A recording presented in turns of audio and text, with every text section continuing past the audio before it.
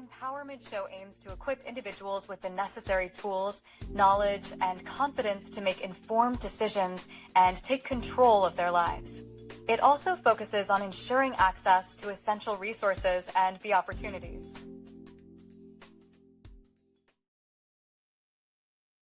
All right. Here we go again. Good evening. We are the Empowerment Show. We are politicking. My man, brother, Yates. I'm tongue-tied, Yates. You see me, man? My brother, Ron Yates, and here I am. I'm Kendall Stevenson. I'm the host of the show. And as always, on Tuesday, I like to introduce my man, Ronald Yates. He comes from genesisradio.com. You can catch him on Thursdays. I believe that's from 6 p.m.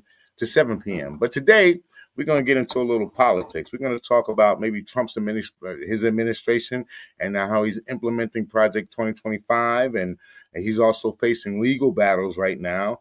And also Musk, his role is going to be reduced, or he's reducing his role because of losing all of the money. And I want to hit one more about the Sudan, because I know you like to always head over to that part of the world. So I like to talk about the conflict that's going on right now with the Sudan, about how they're being slaughtered over there by the Rapid Support Forces, they call them, RSP, and they're doing a lot of killing. And it's the same like in Gaza. So we'll start off with the Trump administration and how he's implementing 2025. We told people this, man. We warned people along. We warned them last year. We warned them all through the whole thing about what was going to happen and what Donald Trump was trying to do and what he planned to do. And it seems to me that a lot of people were just in denial.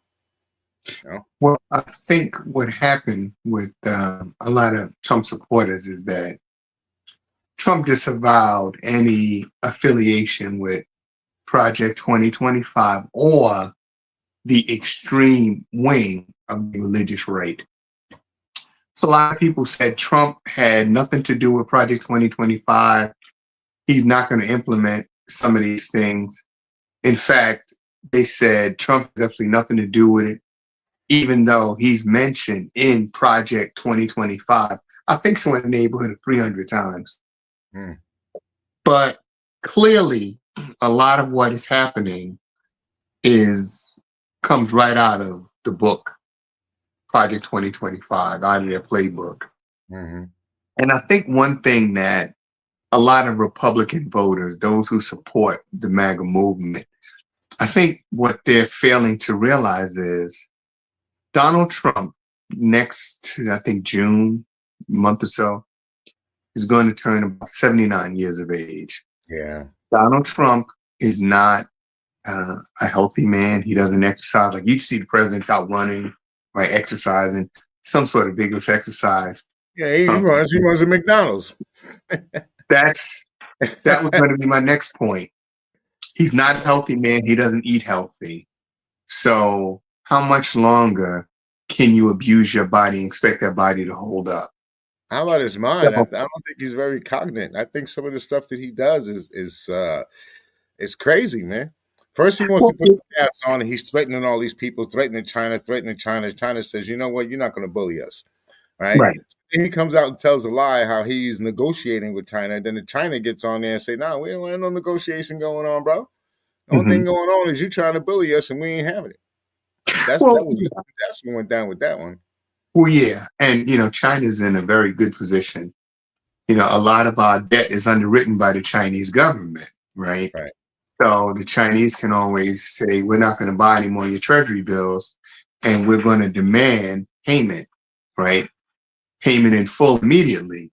But going back to Trump supporters, right? The point I was making was, what they're failing to realize is Trump can't be around forever. He's not a healthy man. He doesn't eat right, right?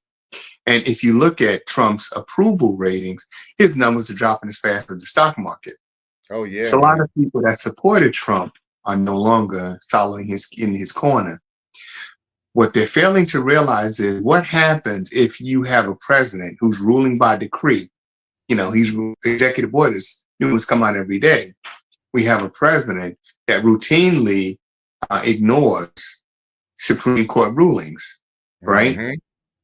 What happens if a Democrat wins office and you allow that to go on? Now you will see people like the MAGA crowd going crazy. You see Fox News saying, well, how can he do that, right? How can he dare, this president dare to, ignore Supreme Court rulings where you allow Trump to do it? Not realizing that once you open floodgates, Trump won't always be here. What happens if, and this is if, somebody like Cuomo, who's running for mayor in New York City, Cuomo has always had aspirations beyond being governor. He lost that. Now he's running for mayor. Probably he's a front runner. Probably will win. 2028. Who's to say he won't throw his hat into the ring for president? And if he does, the floodgates are already open. You've already allowed the president to disregard Supreme Court rulings. You allow him to rule by decree. Now you're going to have a Democrat with their power. I think that these MAGAs who support President Trump, rather, need to understand once you open Pandora's box, you just can't close it. You can't close it back. Can't close it back. Can't close it back. But yeah, I'm just really disgusted at what's going on in the country. I really am, man. But I'm glad to see that at least the courts are stepping in, because he's going through a lot of legal battles right now. Be behind all of this, what do you call it? The migration of migrating people, and well, I call it trafficking, because that's what it's doing. He's human trafficking. That's what it seems like he's doing to me. Yeah, he's got them going down to El Salvador. What are they going to do with the people in El Salvador? I heard that they were selling them to somebody else now.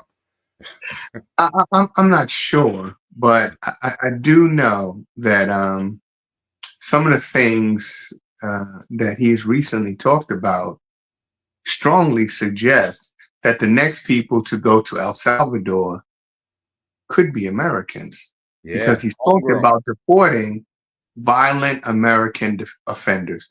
Now, who's going to determine what a violent American offender is? Right? Keep in mind, Trump said that if you say do damage to a Tesla dealership, that's an act of terrorism. Yeah. So is it possible that people who may go and deface a Tesla or a Tesla dealership, is it possible that they might be sent down to El Salvador? Because he told the El Salvadoran president, you need to build at least 5 more of these prisons, right? Because, he's thinking about rather sending Americans to El Salvador. You know what would be the irony? And the irony would be, in another 3 and some off years, he's not president anymore, and somebody decided to ship him off to El Salvador because of all of his criminal past records, his records, the ones that he trying to get rid of, but he can't get rid of them.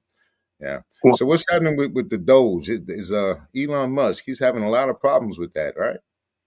Elon Musk has basically stepped away from his role at Doge, right? But not entirely.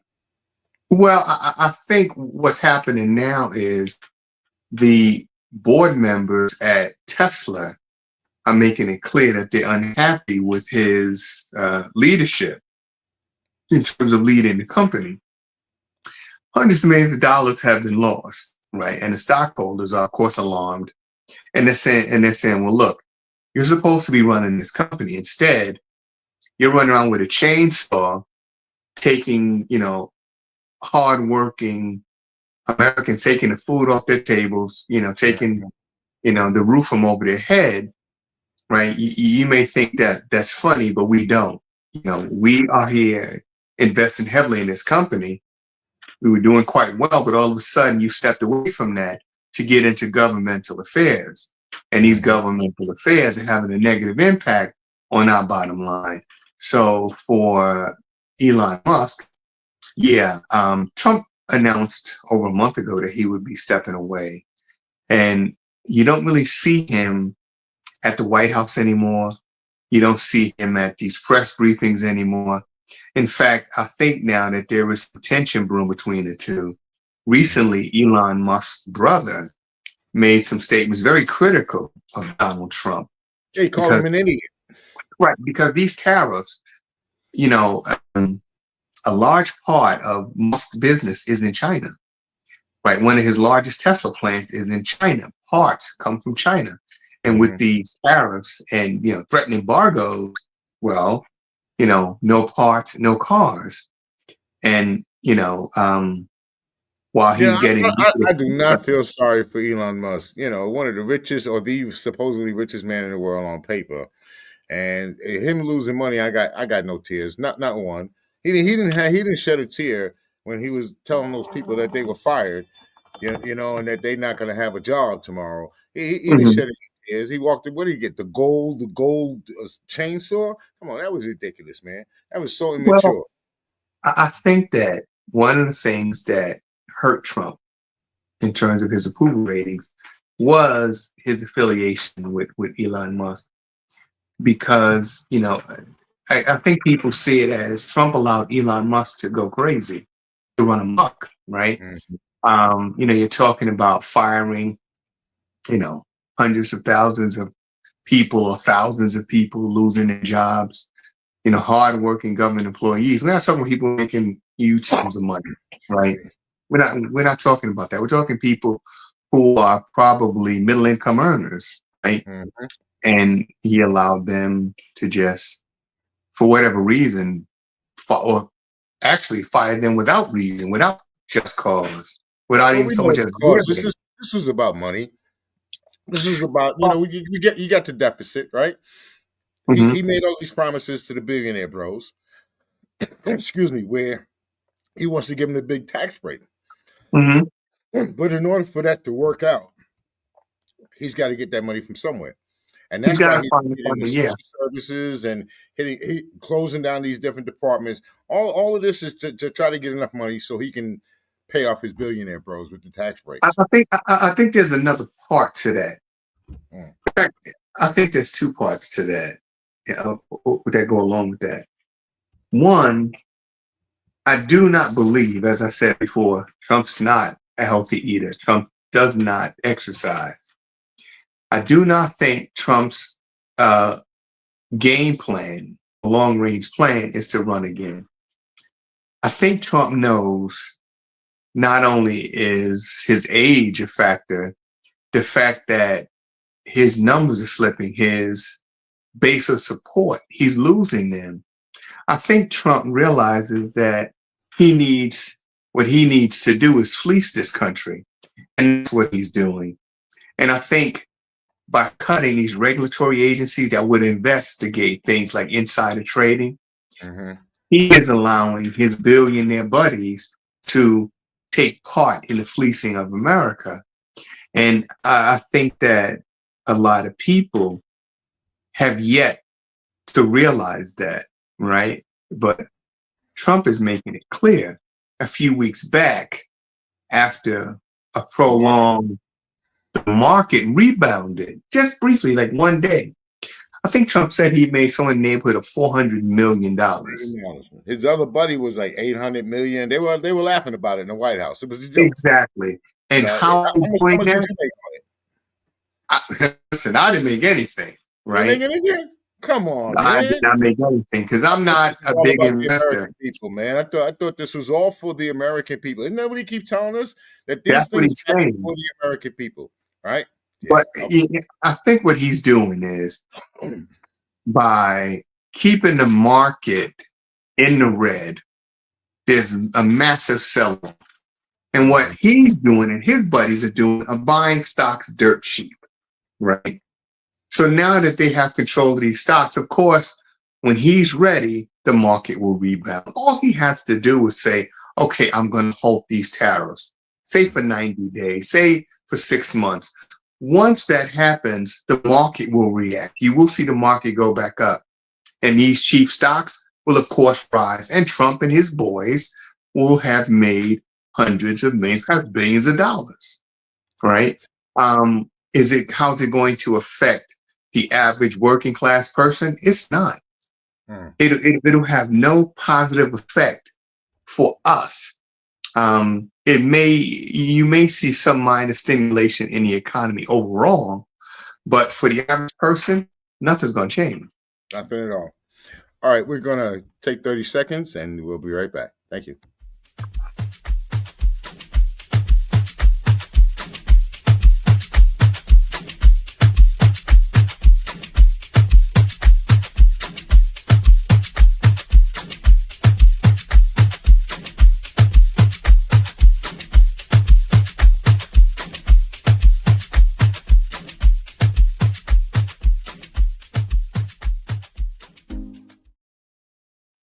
I tell you, man, every time I see that ad, I get jealous.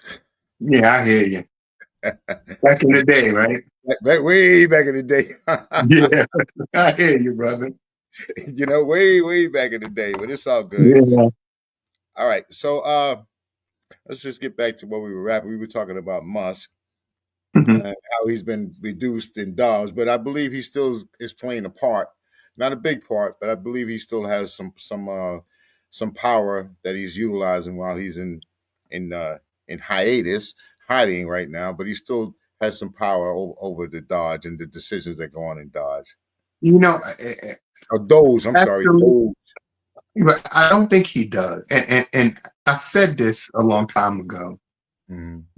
Trump, I don't think anybody would disagree. Trump is an egomaniac. Elon Musk is an egomaniac. The two of them cannot coexist, right? Mhm. It was just a matter of time before there was a falling out and somebody had to go. Trump is president. He's not going. Elon Musk had to go.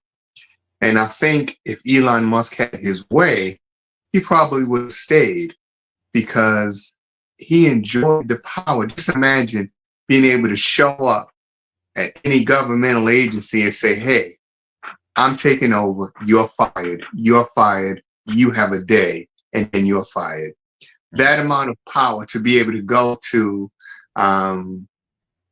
government briefing, top level government military briefings, and have a seat there to be able to sit with Trump's cabinet members. I mean, he was at high level cabinet meetings, right?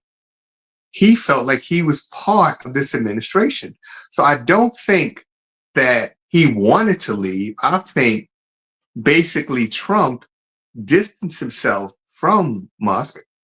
One, because a lot of the backlash was aimed at Musk, not necessarily at him at first, but at Musk. So eventually there was going to be a parting of the ways. And now this is the Trump show. Yeah, that's what it is. The Trump show. You got that right. So let's talk a little bit about the migration. Like I told you, I call it human trafficking because that seems to be what it is. Mhm. Is he still going after all of these people? And is I, Adam going to give him the keys to the city, the well, sanctuary city? I saw something the other day that there was a raid in Colorado, over more than 100 people arrested. And then there was another, I think in California, several hundred people arrested. So I know that months back when Trump took office, one of the things he was asking ICE to do was have a certain number of arrests, right? Monthly, periodically, be it weekly, bi-weekly, monthly. He wanted a certain number of arrests because he promised the largest roundup in U.S. history. So he wanted the numbers to reflect that.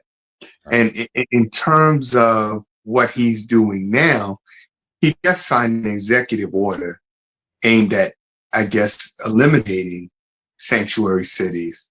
Now, the problem with that is, and people who support Trump, his MAGA base, might say, fine, eliminate the sanctuary cities. But again, they're missing something.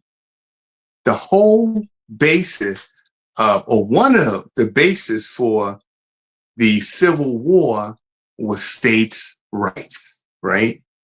States said we have the right to keep and maintain our slaves.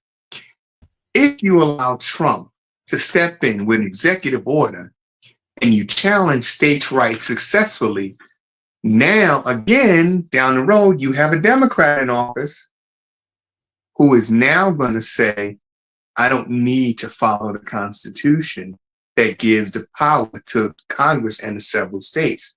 You allow Trump to do it. You open the floodgates, and now I am going to violate states' rights. That they wouldn't like. No, not at all.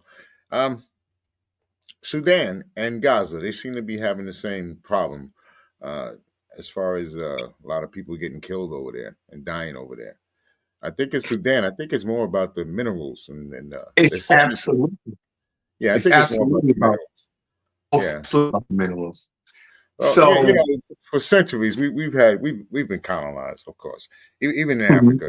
And from what I could see is, I'm not blaming America 100%, but America has a tendency to stick its nose into places and cause problems. They cause chaos. They help to get certain people in politics, and every time Africa starts to try to rise up or try to come together and unify, like every other country. It's no different from to try to become one country. It seems we always got a lot of European influence or American influence. They're coming in, they're making all the money on the gold and all the resources, but the people of Africa is not so. So, and I've seen lately that a lot of people in Africa are saying, no, we're not going to do that. We're going to keep our natural resources for ourselves, and we're Well, gonna do a Pan African thing. We're gonna create one unified Africa. I think that would scare the world. here's the thing with Rwanda, or rather the Congo. The war is actually between Congo, the Democratic Republic of Congo, and Rwanda. Hmm. The president of Rwanda, his name is Paul. His last name escapes me, but it is now pretty much known that he has been a CIA asset going back to the 90s. In fact, the 80s, Oh, you said the because president of Rwanda? Rwanda? the president of Rwanda, Paul Kagame is his name. He has been, he was here in the 80s training with the US military, right? Right. I think during that time, the School of the Americas was still open, and that's where we trained some of the worst despots the planet over.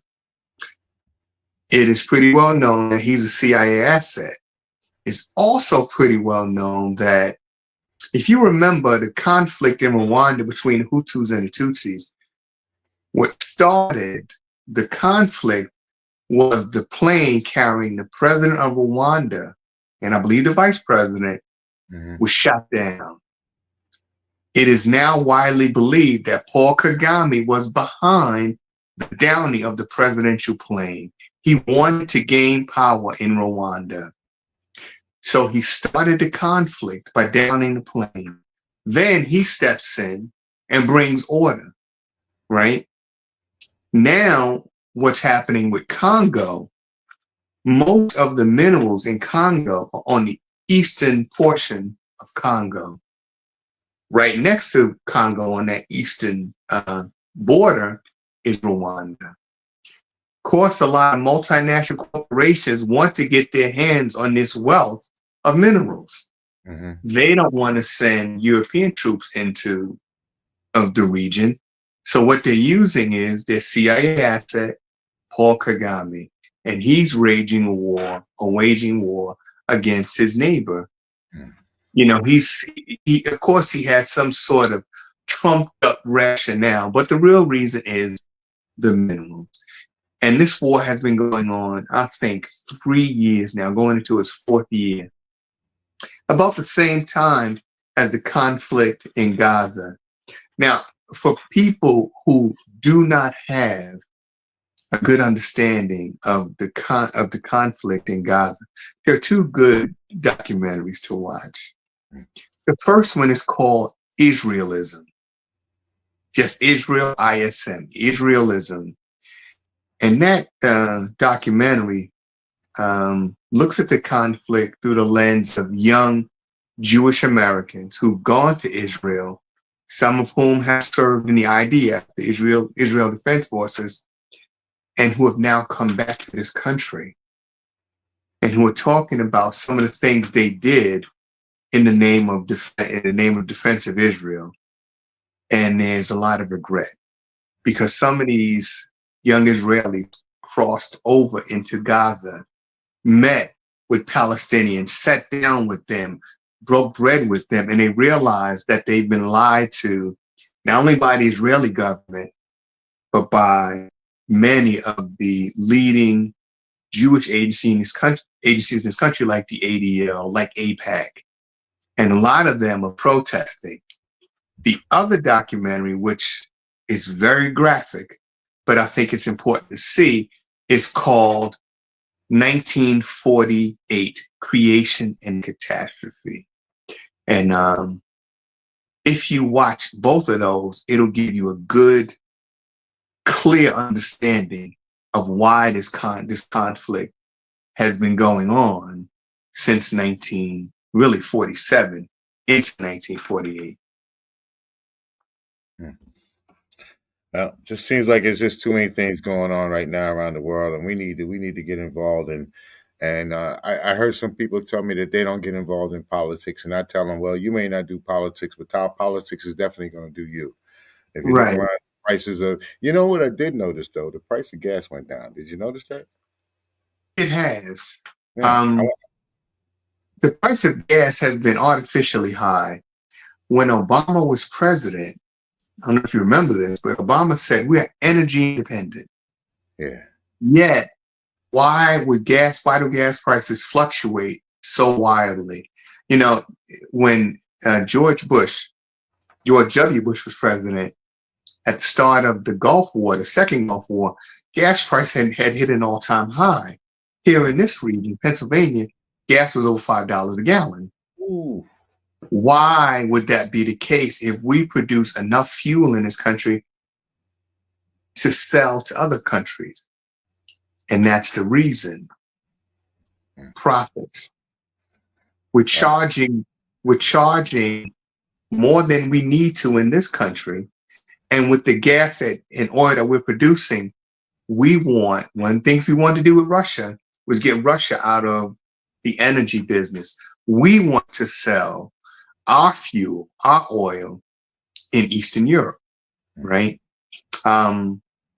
There was a pipeline that Russia would use to send fuels, natural gas and other fuel. Well, that pipeline suddenly blew up, right? Which of course disrupted the flow of energy and fuel to European countries. This was no accident, right? Who is behind this? I'll let your audience be the judge. Well, But I'm not going to let the oil companies off the hook either. I'm not going to let Exxon or I'm not going to let those guys off the hook too, because they're definitely participants in it. Because they're the ones who control the price of a barrel of oil. Absolutely. Our government doesn't control the price of a barrel of oil. That's up to the private companies. And you're right. And you can't let companies like Exxon off the hook, or companies like BP Amoco, right? Yeah, BP. Behind this conflict, this long, ongoing conflict with Iran, if you trace the history, it goes back to British Petroleum, BP. Mm. The Iranians, under their then president, Mohammad Mossadegh, he nationalized the oil fields. Why?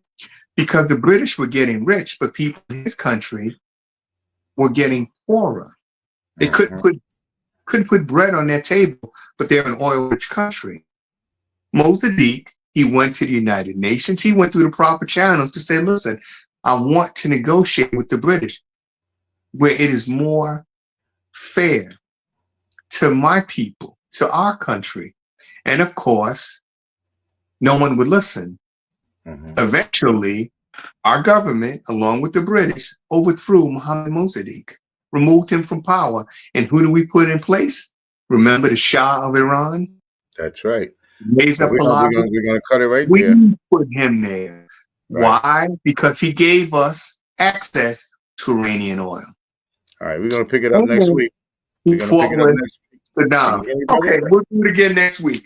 We're going to pick this up for next week. And I only do the 30 minutes. So I got to keep the audience engaged. So next week, we're going to pick it up with the oil. Okay. Sounds good. I have a few more questions that I want to ask you politically. Okay. All right. I'll be tuning into your show on Thursday. and I'll see you then. All right? All right. All All right. right, brother. Peace. Take care, bro. What my girl always say? You got to be yourself because everybody else is taken. That's right. All right. Peace, man. Peace.